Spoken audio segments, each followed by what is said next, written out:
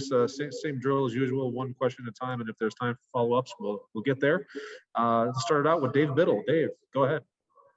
Thanks, Mike. Hi, Kevin. I know you guys have tremendous depth on your offensive line. If you guys had to play a game today, who would be, and everybody was healthy, who would be your starting center and who would be your starting left guard? That would be the guy that goes out first. Who are some guys in the mix there? Can you kind of give us your breakdown of? Yeah, well, you got a really good player like Harry was limited with the minor shoulder thing. He did a bunch of individual work and was able to do some things, but was, and he played a lot last year, so he's an inside player that didn't go.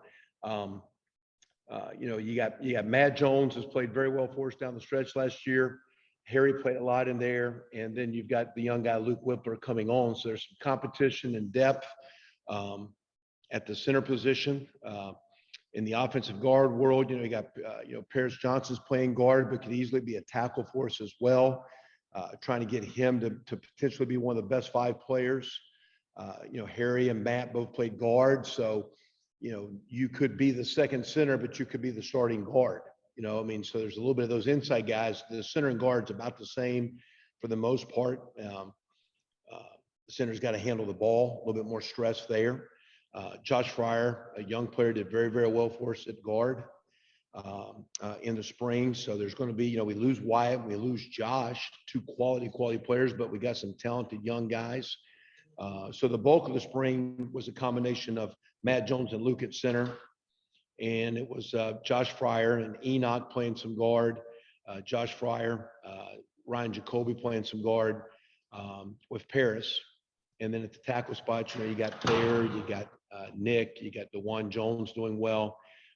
You got the young players in Zen, Ben Chrisman, Grant Toutant. So there's a lot of competition. And you're going to need about 8 guys that you can win with. Again, like I think I said this earlier, but when we play in the national championship team, I think the guy that won the Remington Award wasn't playing, and the backup center had to play well enough for our opponent to win. And that's what we're going to need. We're going to need, more. We got some depth. More than anything, hopefully we have some great competition, great camaraderie. Thought Stud did a great job with those guys this spring. Thought they had an awesome spring. I think it's one of the better units of our football team. Thank you, Coach. All righty, well, let's go next to Tim May from Letterman Row. Thank you very much, Mike. I was wondering, Kevin, as you watch Treyvion Henderson, just specifically him, I know all those running backs are competing and stuff, but as you reviewed the tape of him through the spring, what just jumped out at you about him? And do you see him clearly playing a role this fall? Yeah, again, I think if we go through a summer and he continues to develop and enhance and stay healthy, but continue to get stronger from a durability standpoint, we did a fair amount of contact. I thought Coach Day was very, very smart and in the back and forth of when it was tackle days and when it wasn't, how much was shoulder pad practice and how much was a lot of perimeter and passing and all that. So I think our team did a lot of contact, and it was a physical spring. I thought Ryan did a great job of having the balance to keep the guys fresh. So now you got a young freshman, and these next we're getting ready to take about a 2-week break here. Guys get back here middle of May, and they'll get on a 6-week run with a Memorial and 4th of July break, and then a July run. And what you're trying to do there in that period, Tim, is not only get stronger, not only get faster, not only get in shape, but you're trying to get your body, you're trying to get your mind, and you're trying to get your soul hard enough to be a great practice player every Tuesday, Wednesday. And I think for a guy like Treyvion as a young player, he's going to be talented enough to have a role. That role will be enhanced like all these players we're talking about with their durability and their dependability, and their body holds up. I thought Treyvion was very good with the football, which most running backs are that are talented like him, but he really impressed me as a young player stepping up in pass pro, taking on some of our linebackers in the blitz pickup periods that we did. And he caught the ball, you saw in the spring game, very well out of the backfield. So for a young player that sometimes it takes a lot of time to get really good at pass protection, to get really good at route running. For a young player, he handled some of those things very well starting out. Not a lot on his plate yet, but he handled it well. And he's a talented player, and he should have a positive role. And as always, we're talking about the line, you're going to need really about 3 backs that can play championship football for us. So we're going to need, a combination of him and Master and Mayan and Marcus Crowley, Steel Chambers, Evan Pryor, we're going to need 3 or 4 of those cats to play high end for us this year. Your soul, huh? That's interesting. You got to get your soul right, man. To come up there every day with the right kind of spirit to practice now. You know what I'm saying? Yeah. You always have a good soul, Tim. Now, all No great doubt. players have, and it's not the soul of their feet. They have a great soul internally to get your mind and body hard to play championship football. Great players, great teams, and great players are great practice teams. And they do it on Tuesdays and Wednesdays. And what we're getting ready to go through right now is get ourselves ready to be a great Tuesday, Wednesday team. So on Saturdays, we can play the way our fans and the way we expect to play. Thanks, man. Thank you. All righty, next up, Austin Ward, Letterman Row. Kevin, what made G. Scott a candidate for you at tight end?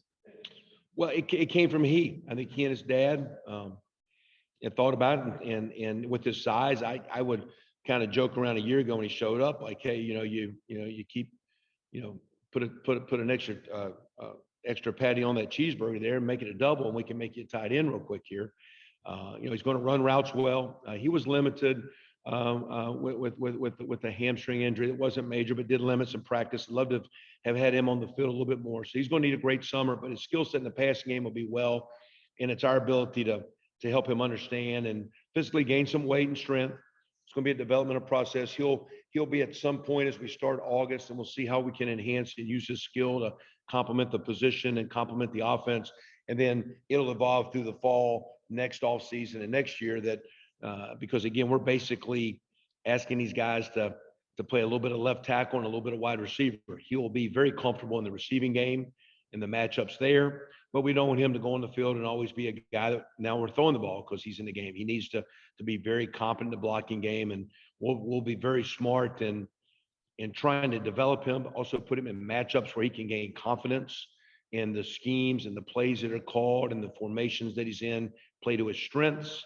But over time, hopefully he'll get strong enough and big enough to, right now he's in the low 220s.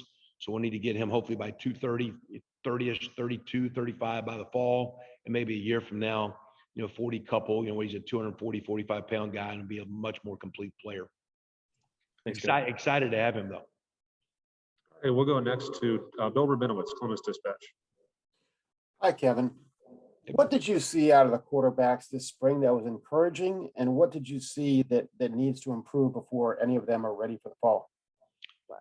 Encouraging in that I think they all have the arm strength and the arm talent to make a lot of throws that we like and need to make. I think the offensive line, I think the tight end group will complement the line. I think the running back position will be good enough to hopefully we can be a solid running team. We've been a pretty good running team. We've been one of the stronger run teams in the conference and in the country. And if you can run the ball well, then you force the defense maybe to load up a little bit more, and then you get those one-on-one plays. And when you got the receivers that we have, the ability of the quarterback to get the ball and target those guys. So I think their ability to throw the football is very nice. I think they all actually move better than most people think. They're not pure drop back guys. They can extend plays. They can scramble around and make a little chicken salad when the chicken's not there all the time. They can run a little bit of zone read, quarterback run game when you need them to run the ball. Even though they're not elite runners, they're athletic enough. So I was impressed with their skill set of throwing, their ability to move, but they all need to play where they can recognize coverage and distribute the ball. So the shortcomings is that they're young. Sometimes you got to flop around. Sometimes, what you're seeing on the videotape is different than what you see on the field because now you're at ground level and the people coming at you, and how do you see and how do you process? So they need to play. And I think you guys know this. It's hard when you have 3 really good players to get 3 guys the reps you need. So we got to be very creative in how to do that. You want to be very fair and give them all a chance to develop, give them all a chance to be potentially the starter. But again, like I've said, it's several positions. You're going to need more than one. They just need to play. And I know Coach Day and Coach Dennis will do a great job with them. All right, we'll go next to Jared Smalley, WCMH. Hi, Kevin. I'm sure you probably are aware of this. There were some proposals thrown out this week that we learned about from the Rules Committee about potential changes to practice structure for next year, including a reduction in contact practices. I think the old number was 21, and they're looking at 8. How does that affect a preseason practice? The way that you want to play in the first game, if that rule does in fact pass, how would it affect the preparation? Well, I think over time, in the last 5, 8, 10 years. In general, I think the majority of programs, coaches, position coaches, coordinators, head coaches have changed the way practices in preseason have been done, because the ability for the body to be durable and to come back the next day in practice and the next day in practice. So I think we've all gotten pretty creative.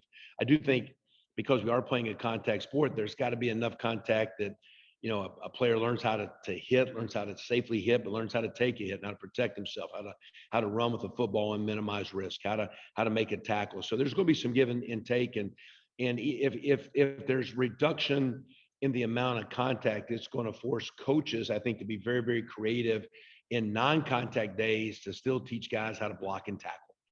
And you know, our players would tell you that sometimes when we are practicing and we don't have our pads on, it's sometimes maybe more physical and dangerous than when we have pads on, because you're kind of going full go, not taking guys to the ground, but those linemen are up there and, you know, helmets hitting you in a collarbone, and it kind of stings, it kind of bruises a little bit. So, you know, we just got to be smart in how we protect guys, because at the end of the day at Ohio State, you know, we're very fortunate. A lot of you guys cover us from recruiting. We recruit a lot of talented players, but this sport is a developmental sport, and you have to develop. And it's not just weight room develop. It's development of the skill set. It's development of the discipline to be a great player. And whatever those rules are, we're going to have to follow those, but we're going to have to be very, very crafty in how to continue to enhance and develop these players because at the end of the day, it's window dress, but it's still blocking and tackling. And the really, really good teams block and tackle. And in the championship game last year, we didn't block and tackle as well as our opponents. So the ability to teach and enhance that's the key to being a great team. And we'll follow those rules, but we got to become really good playing the game with the proper pad level. So it'll be interesting to see how that moves as we go forward. All righty, we'll go next to Rob Aller, Columbus Dispatch. Hey, Kevin, it's come out that Justin Fields is managing epilepsy. You talked about soul. How impressed have you been with the way he managed that and kept things going? Yeah, you know, I personally didn't really, you know, cross that or was a part of that. You know, was aware. Again, I've just been impressed with him since he's been here from the first day. The way he came in and tried to just earn the job with no expectations. Didn't try to come in and be the team leader day one. Tried to just be the quarterback. Over time, became a great team leader. Over time, was awesome in the weight room and very consistent. Coach Mick would tell you, for a quarterback, one of the best weight room workout guys he's ever had. He's been great for us on the practice field. You guys saw the clip against Michigan State where he takes off and he bursts downfield for 40 or 50 yards to make a block there when Trey Sermon is scoring a touchdown. We could pull out clips in practice where that was daily in the way he practiced. So I've just got he's an unbelievably talented player, but I think he's an unbelievably gifted young man. And the way he managed that is, I think, the way he's managed a lot of things in his life. And he's going to have a phenomenal opportunity to be a great pro player. He's been an awesome Buckeye.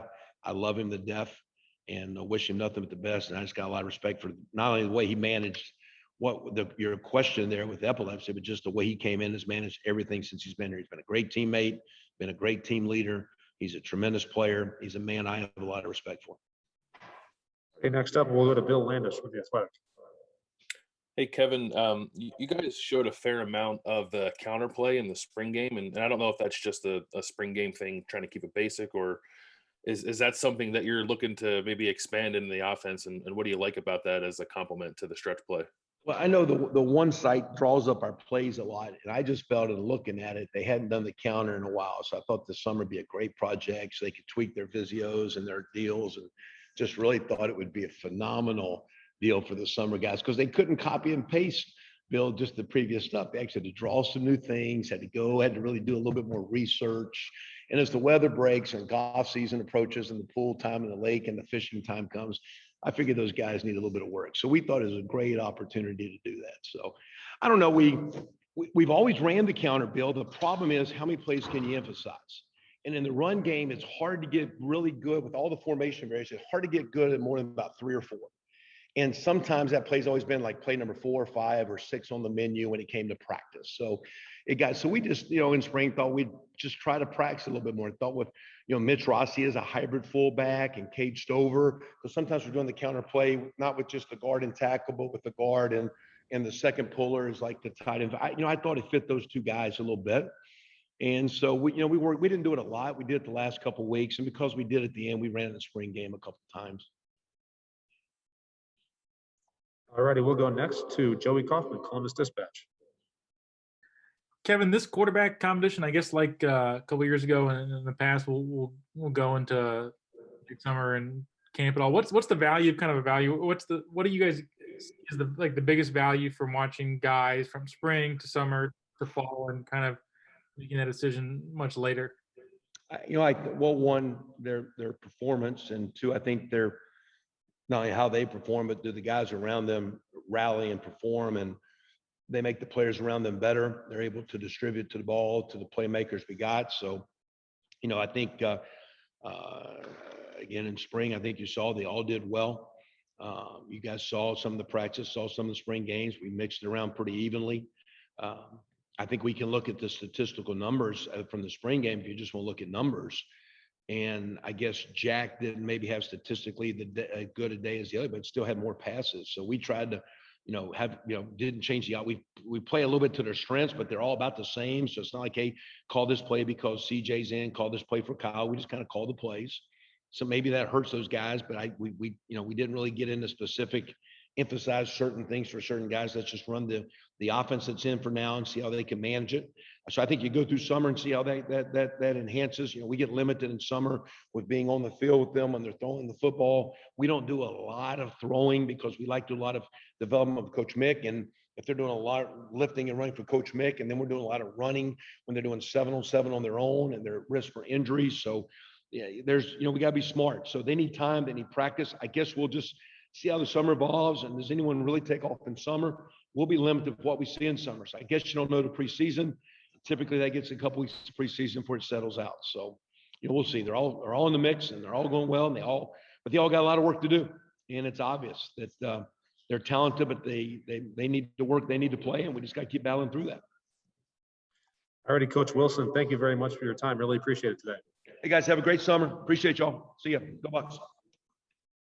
We'll bring Coach Day in for you just momentarily.